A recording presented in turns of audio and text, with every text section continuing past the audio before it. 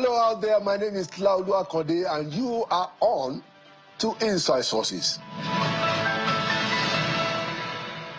But first, here is my take for today, entitled The Plateau Killings.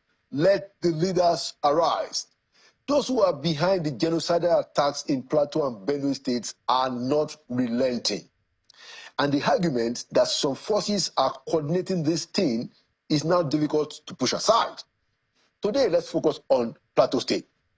We saw again on July 15, 27 people were killed by intruders. The attack also left many people injured who are still receiving treatment in hospital, according to media reports. Latest reports this week also indicate that the people in the communities are still reeling under the devastating onslaught. No much relief. Only last week in Bindi Jebu of Taus, in Riom local government area, a rural community in Plateau State, there was the mass burial for the 27 people that were killed earlier in July. It was a day of anguish and weeping. The people have had several of such days of anguish and weeping, and it is now looking like a routine of disaster and tragedy. Lord have mercy. Speaking at the funeral last week, Friday, the chairman of Riom local government area, Bature Sati Shua, said, and I quote, "My people of Bindi Jebu and the greater Riom community, we are gathered here today in unspeakable grief, hearts heavy with sorrow, to mourn our brothers and sisters. 27 precious lives cut down in a cruel and senseless act of violence in the early hours of July 15, 2025. Unquote. Rather notably, the burial happened a day after a top Nigerian politician from Plateau State became the national chairman of the ruling All Progressive Congress.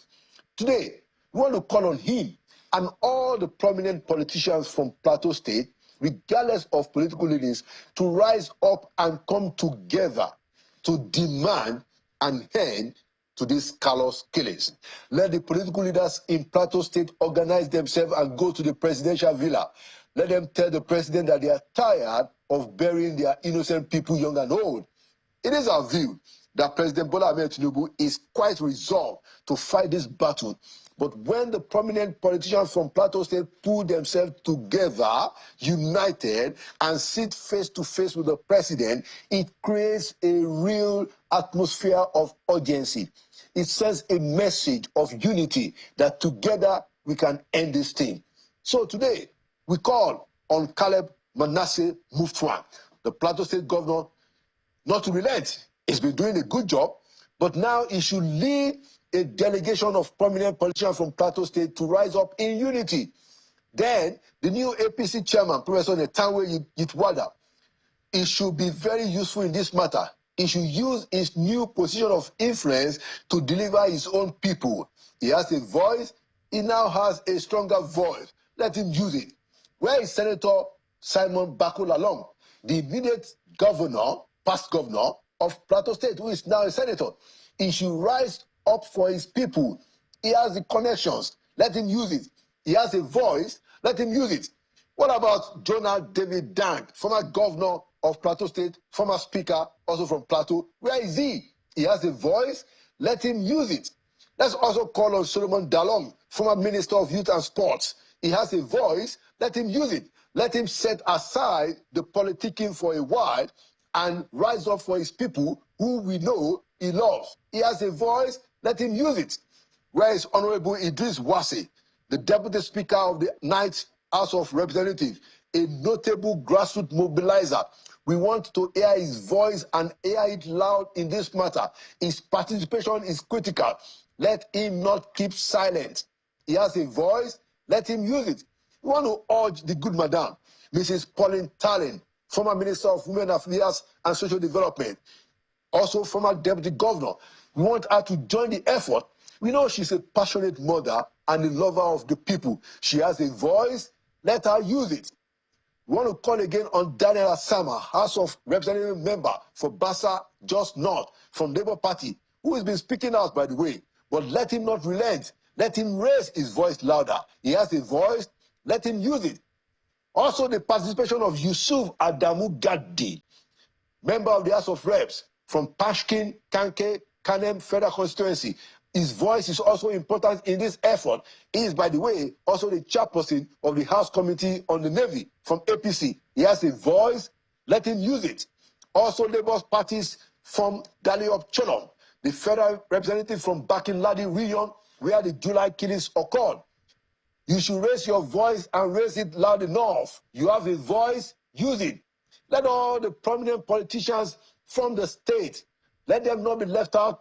Let them rise together to save the suffering people of Plateau who are being killed like animals for sport by these vicious intruders and violent land grabbers. These are murderers. The leaders all have strong voices. Let them use it against these murderers. We believe that if all these prominent politicians from Plateau State and many others whose name we can possibly list out here, if they come together and rise up to demonstrate their concern on an ongoing basis, I say that again, ongoing basis, we can make a significant dent on the callous killing that is going on in Plateau State. The same will be true in Benue State and other states where we have this kind of callous killings in this country. Let our leaders stand up. It's not to be against the government. There is no antagonism here. We are all together. We need those leaders to apply positive pressure and come together to terminate this genocidal uprising against the citizens of our country. Such a move will be good for peace, good for social justice, good for progress, and good for prosperity. Let's get it done. And there you have it. Inside Sources will be right back.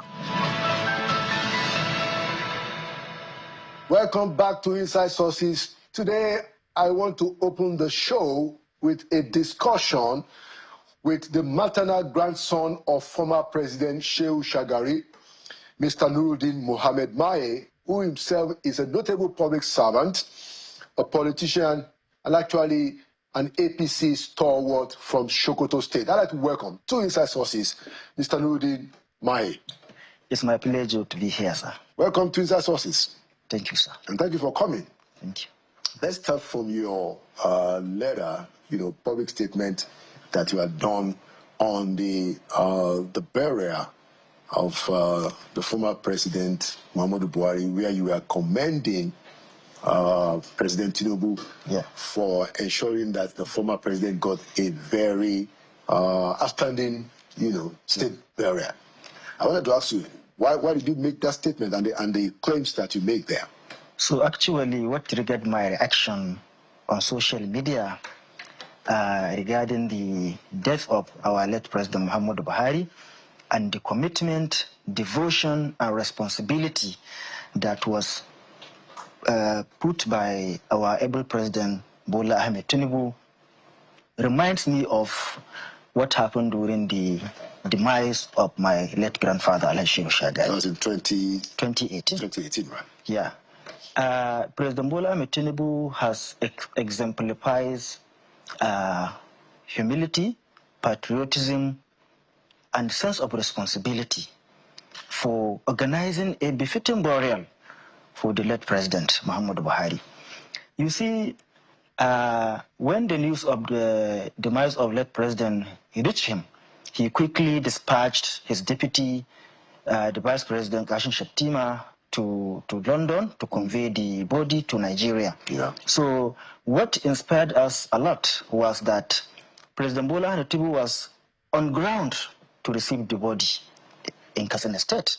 And also, he conveyed the remains of late President Muhammadu Buhari to Daura, where he was present, and in fact, he was there at the scene of the burial, which is very, very strange to us. So the kind of commitment and responsibility he has exhibited during that moment of grief was really very commendable, because he stopped all the government activities. All the ministers, members of the cabinet, the governors, everybody was there in Daura to accompany him, to pay their last respect to the late former president. So that was really very, very commendable act from the president. He have shown that he honored duty with responsibility. So that was what reminds me of the pain that we have gone through during the demise of our late grandfather. You know, late President Shehu Shagari has served this country meritoriously with utmost humility and sincerity. Since from pre-independence, independence, and post-independent periods, you know. So a man like him who struggled for the freedom of this country, he didn't deserve such treatment, although he may not like it, you know, because he don't like any fancy life, he don't like any things of show off, but he deserved to be honored and respected. So what happened during that day, he passed away on the 28th of December 2018 in the National Hospital. By around here in Abuja. Here in Abuja around 5 p.m. So immediately his family contacted Mr. President that Shehu Shagari has passed away. So he was the one that fixed 1 p.m. the following day for the burial arrangement. Who fixed 1 p.m.? Mr. President then. Okay. Late President Muhammad Buhari. He picked 1 p.m. for the burial arrangement. So his body was conveyed in Sokoto around 10 a.m. So we have waited for Mr. President to arrive, but unfortunately he wasn't able to make it due to some reasons best known to him. He sent a delegation under the leadership of the then SG of Mr. Boss Mustafa, along some others. Right. So after 2 days, he arrived on Sunday, the 30th of December 2018. So that's the former president. Exactly. Arrived to meet the family. Arrived to meet the family. 2 days after the burial. Exactly. Okay. So he was received by the then governor and in company of the 2 other governors from Kebbi and Zamfara State, along with the leader of the APC in Sokoto State, distinguished Senator Aliyu Magataka Dawamako, and the present governor now, Mr. Ahmed Aliyu Sokoto. So upon arrival, they were received by Professor Shehu Galadanchi, who was part of the family. And when he arrived, he was asked to meet the wives and the children of His Excellency, late President Shehu Shagari. So when he met them, he just sat down, you know, and said, Sanunku, meaning, how are you? So we expect him to at least say something that will ease our grief, you know. So he didn't say anything. With due respect to late President Muhammad Buhari, we never expect him to do such a thing for us. And after that, he was accompanied by Governor Tombol, and he was reminded to sign the condolence register. But all what he was able to do is to sign his signature and the date. So after there, he gave the governor his condolence letter. He didn't write any tribute, any prayer. Okay, but he brought a condolence letter. Exactly. Which he signed. He brought a condolence letter which he signed and read by Governor Tambon. Okay. So in that letter, he promised to immortalize late Alhaji Shehu Shagari by naming a national monument after his name. But I am telling you, we were not happy. All of us, in fact, even everybody wasn't happy. We even gave him the benefit of doubt. Sorry, was there a monument named after him as he promised? No. Up till now, there is nothing that... But the promise was written in the letter. Exactly. That Governor Tambuwa read. Exactly, yes. That President Buhari signed. Exactly. Okay, but there has been no monument exactly. named after Efforts has been made to reach out to them to fulfill their promise, but it was proven abortive. Okay, please continue. So that was what triggered my reaction during that the situation. So after then, I also made mention of how President Shehu Shagari, his relationship with the late president, you know, he has forgiven him for a very long time. Yeah. And we even happen to be among the supporters of late President Muhammadu Buhari, because my uncle Aminu Shehu Shagari contested under the platform of APC in 2015 and eventually won the election As the member representing Yabo Shagari constituency in the Federal House of Representatives. Exactly, yes. And I myself happen to be the coordinator of We Believe campaign organization and a member of several youth organizations supporting Mr. Muhammadu Buhari. So what efforts, has the family been making to ensure that the promise to immortalize President Shagari is fulfilled? So actually, there are several efforts made to reach the SGF, the then SGF, Mr. Boss Mustafa, or to contact... Who represented the president exactly. Before the president himself came. Exactly, but all the efforts made was, wasn't enough to reach them. And as I'm talking to you now, his house in Shagari, the family is even trying to hand it over to the federal government as a monument, Right. So even now there are ongoing talks between the family and the Ministry of Culture and Tourism to hand over the house so that it will even serve as a monument from his own on site. Right. And I don't think the issue is going as it is. Well, I think it's good that you have spoken out, so that we can also join our voices to say that to the extent that the former president made a promise to immortalize President Shehu Shagari, who was a democratically elected president, and like you said, who served this country before independence, after independence, and ultimately became the president in 1979. If the promise had been made, which is the right thing to do, yes. I think the promise ought to be fulfilled. Exactly. And it's now up to the current president to ensure that it's a good thing that you spoke on. Yeah. But let's also talk about his legacy, because I just started a series where I wanted to be talking to some of the children of people who could be said to be heroes. Yeah. So what do you think ought to be some of the things that we should remember former President Shehu Shagari by? So, Shehu Shagari's presidency was interrupted by the military intervention in 1983. Actually, before you hang a dog, you must give it a name in order to justify your actions. Yeah. So, the military junta of General Muhammadu Buhari accused President Shagari's government of so many things. They said it was corrupt. There is embezzlement of public funds. There was self-aggrandizement, bankruptcy, and what have you. So to set the facts straight, President Shehu Shagari faced a global economic recession. And the struggle to ensure that austerity measures were put in place so that the economy will be stable and things will return to shape.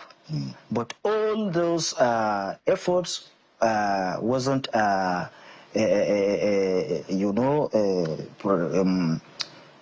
fruition was not achieved. So that was why they said they toppled the government. But President Shehu Shagari has performed tremendously well in various sectors of human endeavor. Let us talk about housing. He was the one that even established the Ministry of Housing Development, where he was able to build 200 housing units across the federation. Each state was benefited to have 200 housing units during that time. And also, he was able to establish Ministry of Steel Development, where they constructed Ajakuta Steel Company and rolling mills across the geopolitical zones. And he was also able to establish Ministry of Information, so in order to make sure that government-owned media is function effectively. And he was also able to establish Ministry of Police Affairs. So you see, in order to ensure that security and the lives and properties of Nigerians are well secured. And he was also able to establish a Ministry of Water Resources, where he constructed a number of dams across Nigeria. Bakalori Dam in Sokoto State, Kafinzaki Dam in Borno, Dadin Kuwa Dam in Bauchi, and many other parts of Nigeria. Dams were established. And he was also able to build critical infrastructure in Abuja. You know, the federal government want to shift from Lagos to Abuja. So he was able to put in place a lot of infrastructure then by building the Abuja House, Osman Dam and Jabi Dam, you know, and some housing infrastructure and electricity grids. So he made a very commendable effort in making sure that Abuja is what it is. And he also introduced 63-4 system of education in Nigeria, and also championed the cause of National Open University. That is why we said he should be remembered for making sure that disadvantaged Nigerians are carried along in terms of education. So there are lots and lots of legacies that Sheikh Shagari left while in office. And you know, while talking about his concrete legacies, he also left behind a legacy of honesty, integrity, patriotism, and selfless service to humanity, which we, the family, are very, very proud of. By the way, you know, it's good that you recall some of his infrastructural achievements. But I must also say that in terms of his integrity and patriotism, I remember that even though he contested with Chief Obafemi Awolowo for the presidency, he gave Chief Obafemi Awolowo the GC. I don't know whether you know that. He gave him the GCFR, even though they were political opponent. That was an act of personal integrity and patriotism, which we should remember.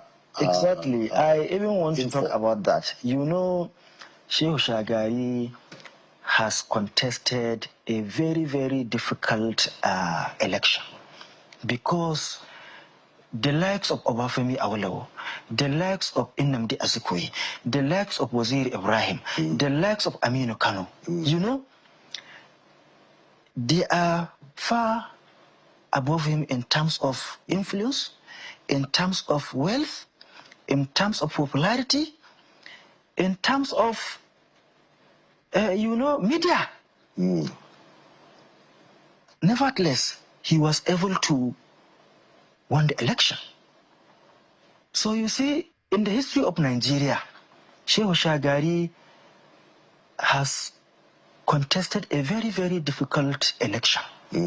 So what, to my own perspective, made him successful was his faith in God, his trustworthiness, his patriotism, and he never wished anybody ill. Did you ever have any interaction with him that he discussed, you know, his arrest? Because he was arrested December 31st and he was detained. Did you have any recollection of how he took that? Well, he lost so many things, more especially his documents, his government documents that are very, very important to him, and also his some of his belongings, you know, which he lost in that house, and also the kind of relationship he had with most of his cabinet members and Ekwime family, you know, whom he took with regard. So that memory itself was very, very memorable to him. And when he retired in partisan politics, he dedicated his time in the pursuit of noble and humanitarian causes because he divided his time. He spent 1 week in Sokoto and 1 week in Shagari, so that he look after his farm and also the local people. So, you know, he happened to be a member of Sultanate Council because he was conferred with the title of traditional title of Turakin Sokoto since in 1962. In recognition of his selfless service and also his efforts towards development of education in Sokoto province. So Sultan Abubakar III founded him worthy to be conferred with the traditional title of Turakin Sokoto. So he actually spent his time in receiving people, you know, from all walks of life, where he shared his experience and his personal life and what have you. So he was very, very honorable, very, very patriotic. Yeah. Anyway, thank you so much, Mr. Nuruddin Mohammed Mahi, maternal grandson of former President Shehu Shagari. Thank you for coming to Inside Sources. And I remember also that when your father was president, we had a fair conduct of party politics, exactly, where the party was actually, you know, supreme. Yeah. You know. Unlike these days when it is whatever the governor thinks, it's whatever the president thinks. When Shagari was the president, the party was supreme, the party was the platform, and that's one of the things that we remember him by. Thank you for coming to Inside Sources. Thank you so much. Thank you for your public services in Sokoto State, and thank you for your role as a stalwart of APC and your contribution to national development. I look forward to you doing greater things also in this country. It was really a great honor to be here. Thank you for coming. Thank you very much for inviting me. Thank you so much. Thank you so much. That's a segment. Inside Sources will be right back with a conversation for this edition. Welcome back to Inside Sources. Today, I have with me a leading Nigerian retired general, a pro-democracy general who is also a very leading major voice in transparency issues and anti-corruption. I would like to welcome back to Inside Sources General Ishola Williams. General, you're welcome back to Inside Sources. I salute. Okay, I catch up. Quite a few things to catch up on with you. And I wanted us to start with the fact that the president has just marked 2 years, you know, in office. How do you assess what he has been able to do and what he hasn't been able to do in the last 2 years? What's your assessment? See, we have two challenges in, as far as I can say, amongst many. But the two key ones are this: is that we have not got political parties in Nigeria. We have got a group of money bags who keep shifting from one group to the other. Okay. Because money dominates politics in Nigeria, not integrity, not honesty, and so on. The second thing is that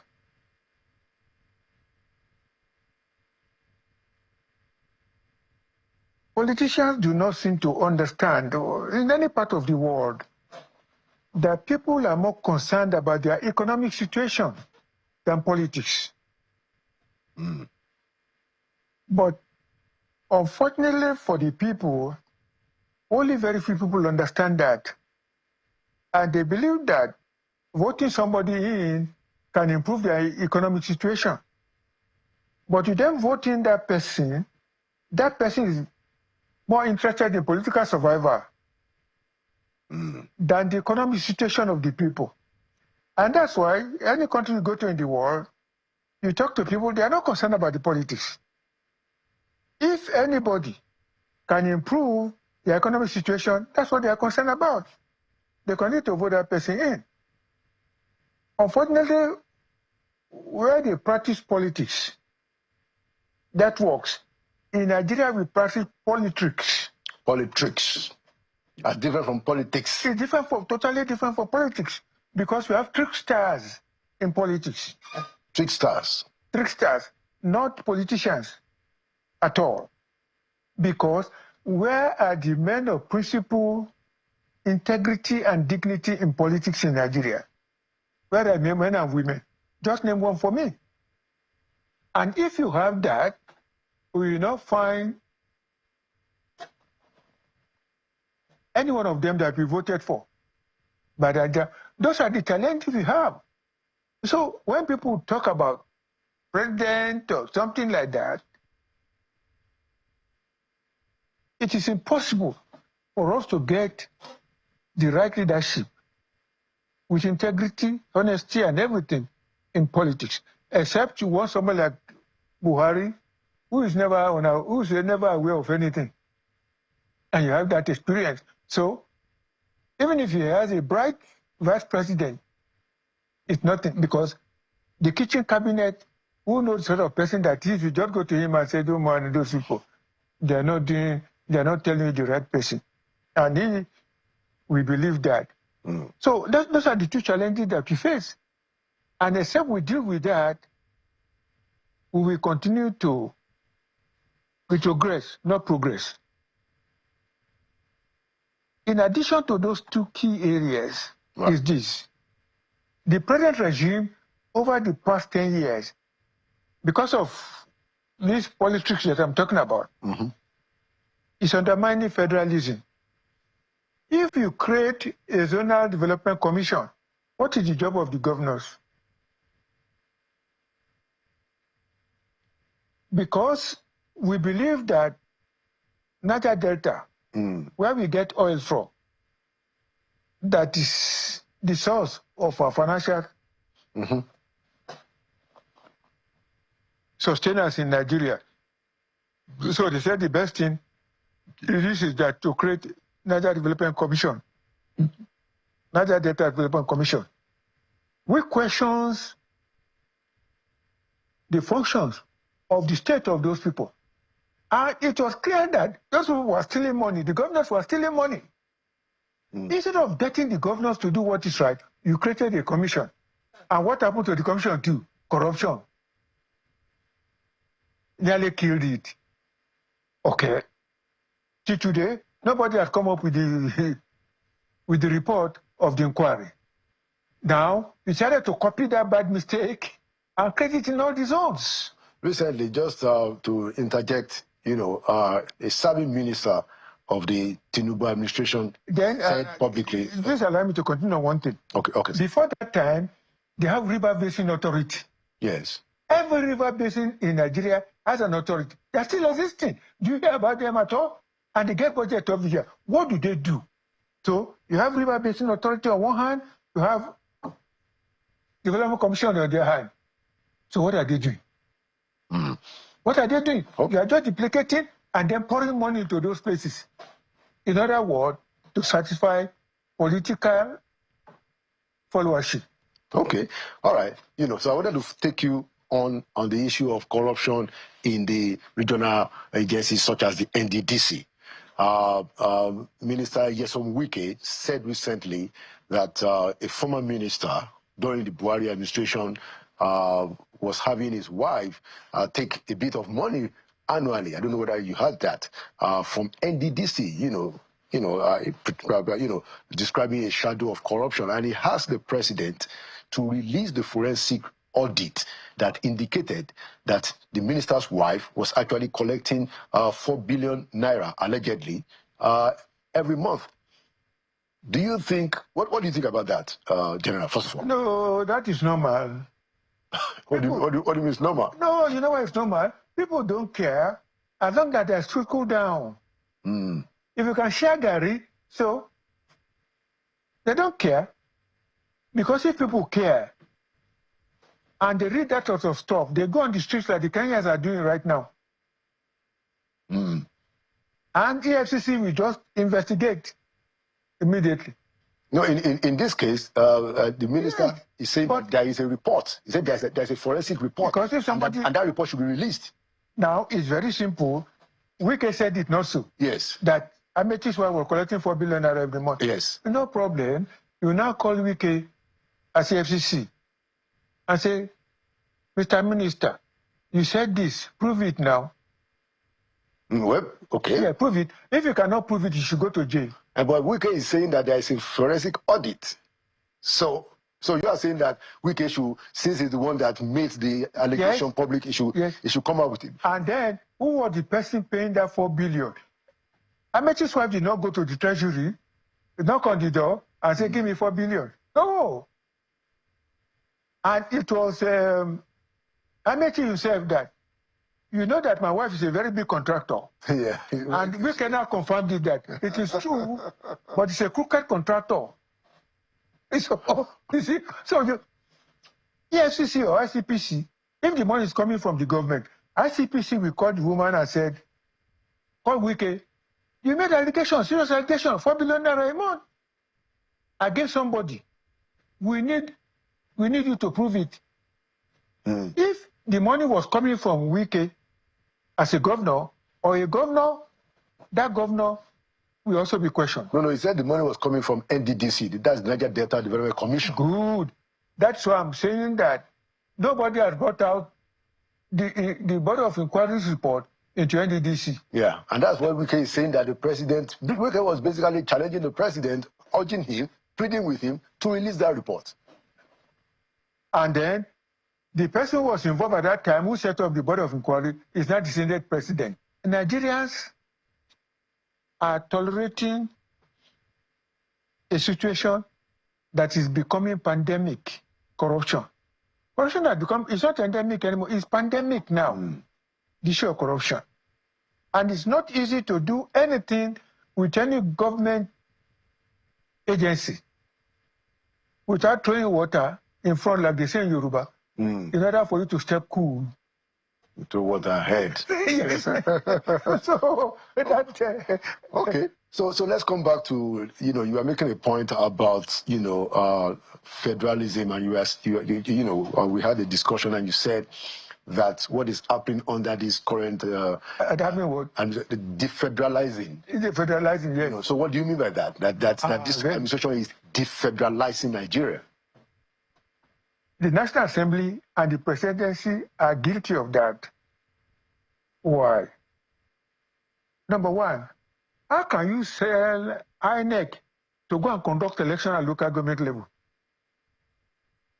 How? Because they said that the state electoral commissions are basically in the pockets of the governors. See, it's like the case calling the pot black. When you really read the elections, there have been cases which is interesting. Like the case of this Edo State. INEC said they don't want to give any evidence. Okay, which means that they knew something was wrong. The one of the case of the president, in which they are accused of rigging and things like that, and actually have evidence of that. Now, you now want to, in the federal system, that's what you call subsidiarity. Whether the system, whether they can do it or not, it's not your business. Because what stops a local government from conducting the election? It is their own people now. It is the community that's electing their own leader. So if they elected their own leader, bad leader, it's their business.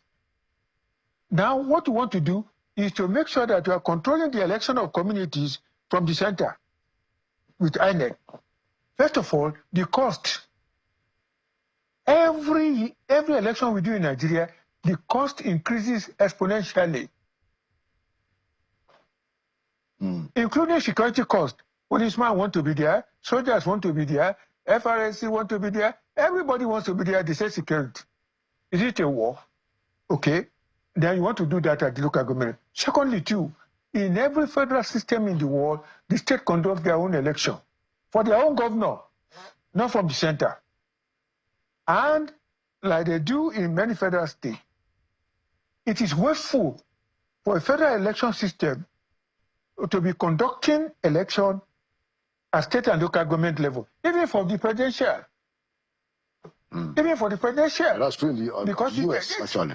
Because that's what the federalism, that's what subsidiarity. So that's number one.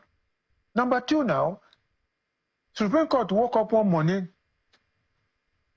and just decided that the state should no longer, in a way, be in fiscal control of the local government. Because there are allegations that the governors are pocketing the money. Good. Change the constitution, punish the governor.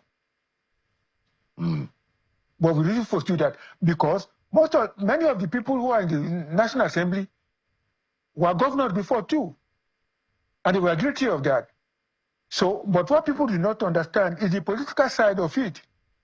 If I sit there in Abuja, I can determine who the local government chair is. Whether the man is staying in that local government or not, I can determine. I just use money. And we decide to back up the man to win local government. So the man does not respect the community. The community did not put him there. And we now say that people don't vote in Nigeria. Therefore, what is happening is increasing the level of corruption in election. Because you have to rig. Let the community rig their own election by electing their own people, local government and councillors. Let the state elect their own governor, not the business of INEC. And in other federal system, what they do is this, is that INEC helps the state and local government with voters lists. Yeah. Okay? And that's all. Whatever they do, it's their business and their own governor. And in fact, today, if you want to be a governor, just come to the federal level and let the federal political party decide. Therefore, you cannot form a state party in Nigeria. You cannot form a state party in Nigeria. You don't win. The federal party you're going to, or the so-called party, which we haven't got, you're going to CPR. Whereas in other federal system, you can form a political party in your state, for example, and just say, I'm only interested in your state. I'm not interested in other federal election. I'm interested in your state governorship and local government. Why can't we do that? So don't tell me about this. If people are accusing people of corruption, you are of the same level. It's a pot calling the pot black. Is the pot calling the kettle black. Okay, let's move on to the 2027, let's move on to the 2027 elections. Yes. 2027. There's a new coalition, around the ADC, African Democratic Congress, where you have all the opposition politicians from Atiku Abubakar to Peter Obi to Ishola to El Rufai, and all of them coming together to form some kind of coalition against the incumbent president. What's your take on that, General? Again, that is normal. There must be an opposition. Whether the opposition is one party or a coalition, it doesn't matter. What is the meaning of APC? It's an alliance. Yeah, All Progressive Congress. Alliance of political crooks. That's what you always call them. General. Okay. ADC. Yes. ADA is an alliance of desperate actors. Okay. And if they use the APT is an alliance of desperate politicians. So whether they use A or P, they're desperate. Okay. But the mistake is this, is that, and that is what, again, our system creates, in which the focus is on one man, the president. Why is it that you are very much interested in removing Bola Tinubu? Bola Tinubu is only one human being. So, we should concentrate on the National Assembly and have a majority in National Assembly. What's happening in National Assembly now is that everybody is going towards the alliance of political crooks. And even before then, where in the world you see a Senate president dancing before the president? Have you seen anywhere in the world like that? Like a jester before a king. That was what Akpabio displayed. He's a jester. He's not a serious guy. Dancing before the president in the National Assembly, not outside. It's not a party. He's in the chambers. I want to take that sort of person serious. Okay, so it's normal for you to have opposition, but the point is this: is that in the presidential system that we copy, there's no opposition, but you need opposition to contest against the president. And if you need that, no matter whether it's a single party or opposition or coalition, it does not matter at all. But where the problem lies is this: is that among those names that you have mentioned, who is the person of integrity? If a former governor, 2 terms, can come to the newspaper and say, hey, the president says I should clean his table. And what did they make him? Chairman of UBEC. In fact, you should call it chairman of UBEC.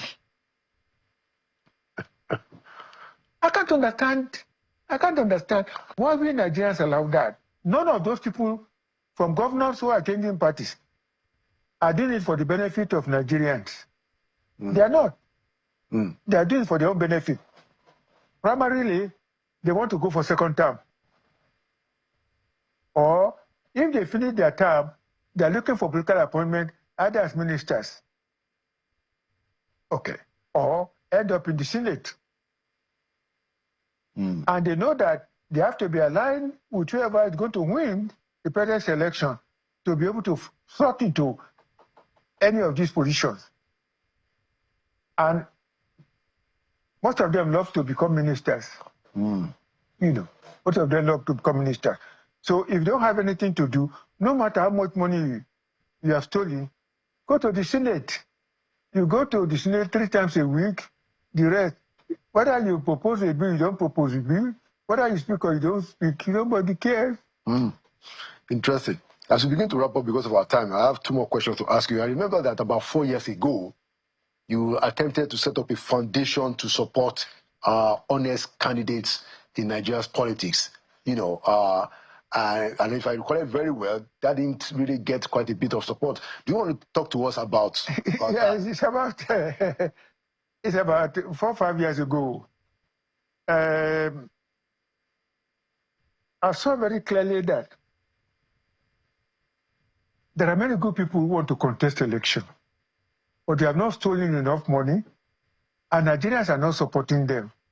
So I wanted to challenge Nigerians who have enough money.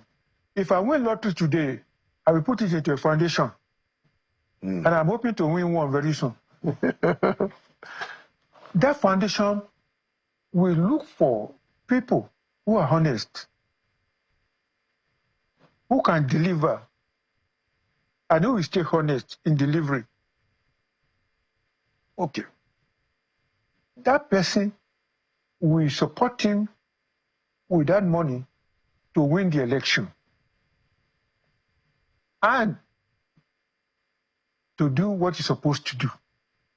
We will look at his character, not what he says, his character. And it's so easy to see. If you go to any community in Nigeria, people can point at somebody to you and say, this is a honest man. In any community in this country. True. People can point at somebody and say, this man, no matter what. That's what we are looking for. That foundation will not support that person, man or woman. The day we start to have the meeting in Abuja here, only one young lawyer and somebody, you know, said I support you by email. What can we do? The young lawyer too has no money. He's struggling. So that's how we gave up this thing. Because we wanted to copy and adapt what we are doing in Indonesia. We saw the example of how the immediate past president became the mayor of Jakarta and later on the mayor of this thing. And the president of Indonesia. Yeah, Indonesia. First mayor of Jakarta, then later president of the country. In fact, that's why our local government system here is skewed. And that's why the governors are afraid. Erufai tried something in Kaduna State. The new governor scrapped it. What did he do? He saw that the system was skewed. So they decided to form Zaria Metropolitan Council, like London or New York. Okay. And all those local governments become boroughs. Okay, or local development areas, but you have only one mayor. If that mayor does well, that mayor will become governor. Because he had delivered in a metropolitan area. And that's the issue with Lagos. So if you have a mayor for Lagos, or a mayor from Abuja, the mayor, if he doing very well, can even become president. Because people tend to see the good work that that mayor is doing. Okay, but politicians are afraid of doing that. So they now have local government. For example, government said they are going to create 774 vocational schools. There are some local government, they won't get anybody to attend. They went and built a polytechnic in one area. They told the rector, come and defend your budget. How many students do you have? He said 200. And you have over 200 staff. Oh, wow. A polytechnic. Before the National Assembly. All sorts of funny things happen. I can tell you the story of University of Ibadan. They told University of Ibadan, so 1-2 years ago, came to the National Assembly, they said the bossa should call. Mr. Bossa, you have not audited your this thing for the past 2 or 3 years. The bossa, who is a scattered accountant, said the auditor died. They said, auditor, what is an auditor? Okay, it's like mosquito chopping. Funny one, the government appointed a lady to be the chairman of Nigerian Veterans Association. Right. This lady went before the National Assembly. They asked her, what is your educational qualification really? From what I was told, she was a corporal in the army. When there are generals and things like that, she was a corporal. And then they asked her, she said she went to one university in Benin Republic, only to discover that after finishing, that university is not recognized. They said, okay. I saw that too. What else did you do? He said, stop the certificate. No, Nigeria is a very interesting country, I'm telling you. Wow. No. I actually saw that video myself too of the in the National Assembly of this lady. Yes. Who said she didn't know, that the school where she attended, the Republic of Benin, was a scam. So you then find that who are the people who sitting down to nominate these people and convincing the president to sign a letter to go to National Assembly about them? Is that a system? Is that a system? It is not good for the country, and you then want the country to progress, to compete, to compete with other countries of the world. You cannot, when your system right inside there is very screwed. Final question. And on the area of corruption, okay, we propose that there should be a civil law against corruption. So you have a criminal law. Okay. But if you have a civil law, like they have in Europe, what will happen is that you will not go to jail. You will pay, if somebody gives you a bribe, right, you pay the money back to the person that gives you a bribe with a commission, and then you are demoted. You don't go to jail within the civil service. What's the use of that? They don't want it. But what's the use? Why shouldn't the person go to jail? Now, the point is that your jail will be full. We're not even getting the conviction. But if they know that they are going to return the money, they are going to be demoted, they will think twice. They'll probably think twice. Very, very, very interesting one. If for example, I go to Elumelu and Dangote and said, can you contribute some money to a foundation to make sure we elect honest people? They will just look at me. They will prefer to contribute money to a person who win election so that they can continue to do their business safely. And to a certain extent, that's how the capitalist system works. Okay. Which is not suitable for our country. Because if you look at the Nordic countries, you rarely find a homeless person. And you rarely find somebody who is so rich, 100 times or 1,000 times better than the poorest person in Sweden. or Norway. The gap is very narrow. The gap is very narrow. And the system is designed in such a way that they have a social security system. There's a time they appointed a lady. In fact, ladies are not different from men now when it comes to stealing or looting. This lady was the chair of the Social Security Fund. This woman had about 40-something houses. Had money for foreign exchange. When they caught her, she disappeared overseas. She's back. The FCC are not ready the issue anymore. And there are so many people like that. What sort of system is that? A system of impunity. In fact, we have designed a system of what we call impunity index. So instead of anti-corruption index, you share a system of impunity index. Again, we can't find, ICPC refuse to do it. So what do you want to do? Thank you so much, General, for your very always frank and forthright views, about the state of the nation. And thank you for being a voice that challenges, some of the notions that we contend with. And thank you for being somebody also that is exploring, all kinds of ways to fix the system, even though you are much in your 80s and you still find a lot of energy for civic obligations. And thank you for coming to Inside Sources. You see, well, like I said earlier, the biggest challenge in Nigeria is to be able to go to people and say, this is the right way. But the other right way is what trickles down to them first. You see? And people believe that it's because they are poor. Nobody is poor in Nigeria. Nobody. I can challenge anybody. Okay, we can have that conversation later because of our time. We go now. Thank you so much for coming to Inside Sources. Have it another edition of Inside Sources. Like we always say, Nigeria will prevail. Nigeria will prevail means that Nigeria will win, and it will win because we will not relent. My name is Laolu Akonde. Thank you for watching, and by the grace of God, I'll see you at the next edition.